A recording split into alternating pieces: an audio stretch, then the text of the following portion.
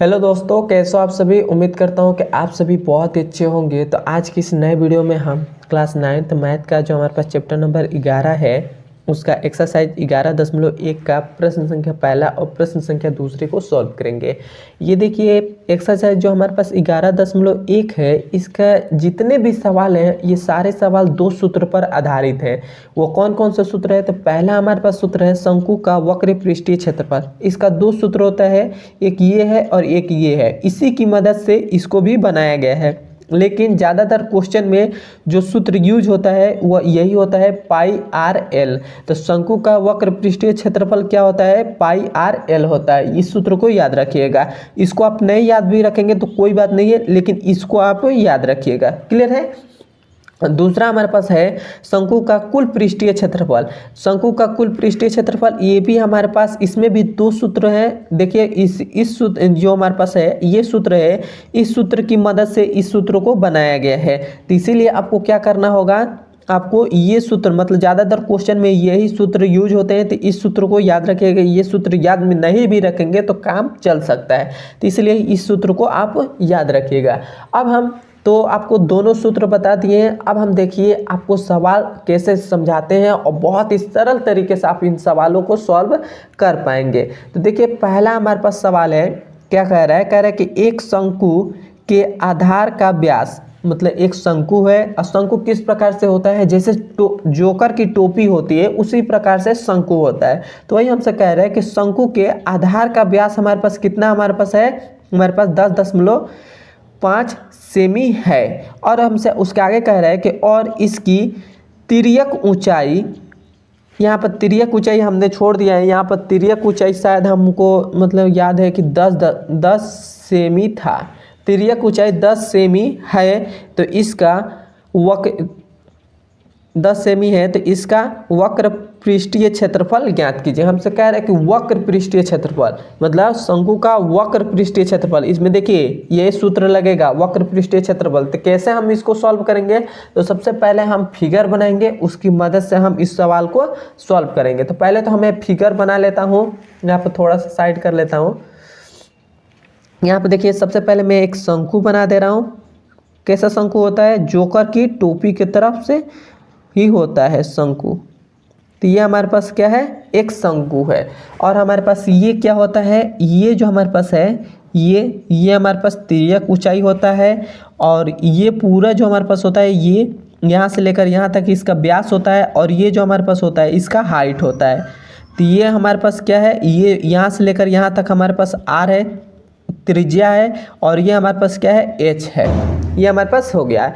और हमें देखिए कह रहा है कि शंकु के आधार का व्यास मतलब इसका पूरा व्यास मतलब यहाँ से लेकर यहाँ तक हमको कितना दे दिया है? हमको यहाँ से लेकर यहाँ तक 10.5 सेंटीमीटर इतना हमको दे दिया है। यहाँ से लेकर यहाँ तक का पूरा व्यास दे दिया है, लेकिन हमें इसमें त्रिज्या की जरूरत पड़ेगी, क्योंकि वक्र पृष्ठीय क्षेत्रफल का सूत्र क्या होता है? पाई आर एल होता है। तो हमको जो जो दिया है उसको पहले लिख लेते हैं। तो हमको व्यास दे दिया है, यहाँ पे लिखेंगे कि दिया है एक। तो हमको व्यास दे दिया है, व्यास हमको कितना दे दिया है? डी बराबर, व्यास को डी से प्रदर्शित करते हैं, तो डी बराबर हमको 10.5 सेंटीमीटर हमको दे दिया है। इस व्यास की मदद से हम त्रिज्या भी निकाल लेते हैं। तो त्रिज्या को आर से प्रदर्शित करते हैं, तो आर बराबर क्या होता है? आर बराबर हमारे पास d/2 होता है। डी का मान कितना है? 10.5 और बटा में 2 होता है। इतना हो गया। अब हम इसमें को हम कटाएंगे, तो ये हमारे पास कितनी बार में कटेगा? 5 दूना 10 हो जाएगा, और दशमलव इसको हम काटेंगे तो ये हो जाएगा 2.5 हो जाएगा। तो हमारे पास त्रिज्या कितने आ गए? 5.25 आ गया त्रिज्या। और हमें क्या दे दिया है? इसकी तिर्यक ऊंचाई। तिर्यक ऊंचाई मतलब ये होता है एल का मान। तो यहाँ पर हम लिख दे रहे हैं तिर्यक ऊंचाई।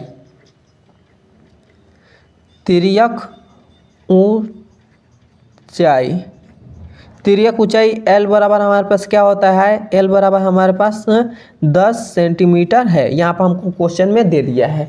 अब हमें क्या करना है? वक्र पृष्ठीय क्षेत्रफल निकालना है। तो यहाँ पर हम लिख देते हैं यहाँ पर कि शंकु शंकु का वक्र पृष्ठीय क्षेत्रफल।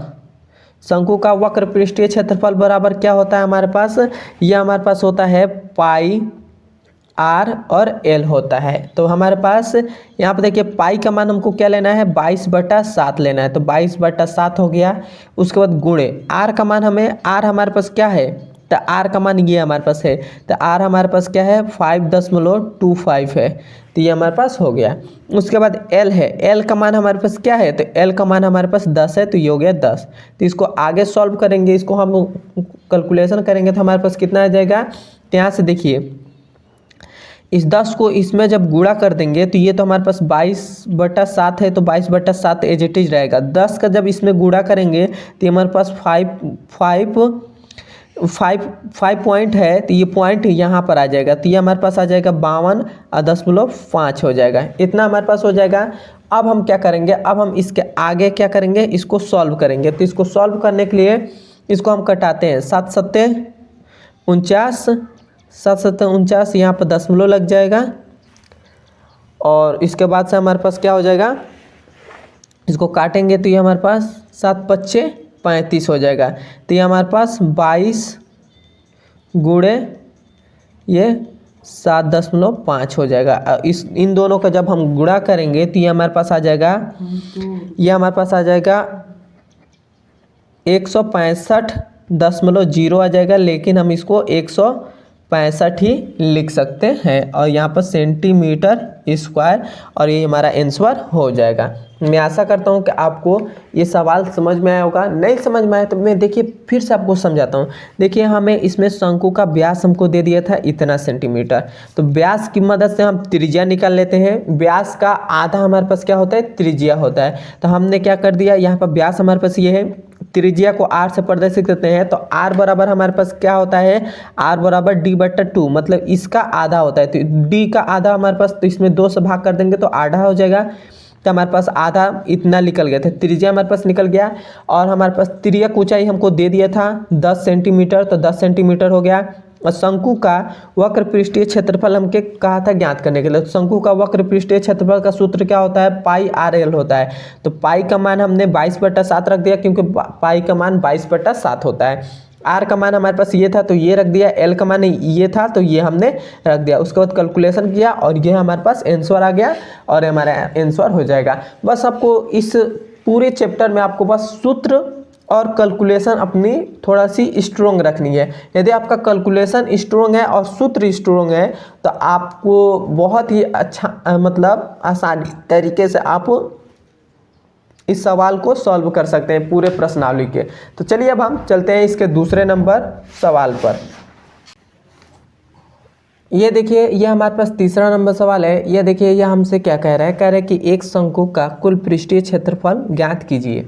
सबसे पहले तो हमें इसमें कह रहा है कि शंकु का कुल पृष्ठीय क्षेत्रफल ज्ञात करने के लिए, उसके बाद से हमारे पास उसके आगे हमसे क्या कह रहा है, जिसकी तिर्यक ऊंचाई 21 मीटर है। मतलब इसकी तिर्यक ऊंचाई जो है ये कितना मीटर है, 21 मीटर है। और हमसे कह रहा है और आधार का व्यास 24 मीटर है।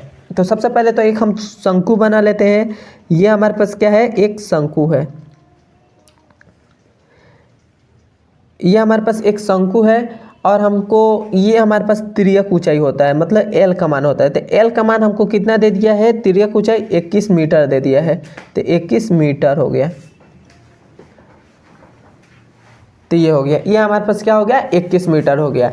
और हमसे क्या कह रहा है, और हमें इसमें कह रहा है कि इसका व्यास मतलब यहाँ से लेकर ये पूरा कितना है, 24 मीटर है यहाँ तक, इसका पूरा व्यास दे दिया है। और हमें इसमें कह रहा है कि इसका कुल पृष्ठीय क्षेत्रफल ज्ञात कीजिए। तो कुल पृष्ठीय क्षेत्रफल ज्ञात करने के लिए हमें इसका एक सूत्र की जरूरत पड़ेगी। कुल पृष्ठीय क्षेत्रफल का सूत्र क्या होता है, वो होता है पाई आर और ब्रैकेट के अंदर क्या होता है, एल प्लस आर होता है। ये हमारे पास सूत्र होता है कुल पृष्ठीय क्षेत्रफल ज्ञात करने का। तो सबसे पहले हम कैसे इसको सवाल को सॉल्व करेंगे, तो सबसे पहले तो जो हमको दिया है उसको लिख लेंगे। तो यहाँ पर लिखेंगे कि दिया है और हमें क्या दिया है, तो एक तो हमें दे दिया है तिर्यक ऊंचाई, तो यहाँ पर लिख देंगे कि तिर्यक ऊंचाई,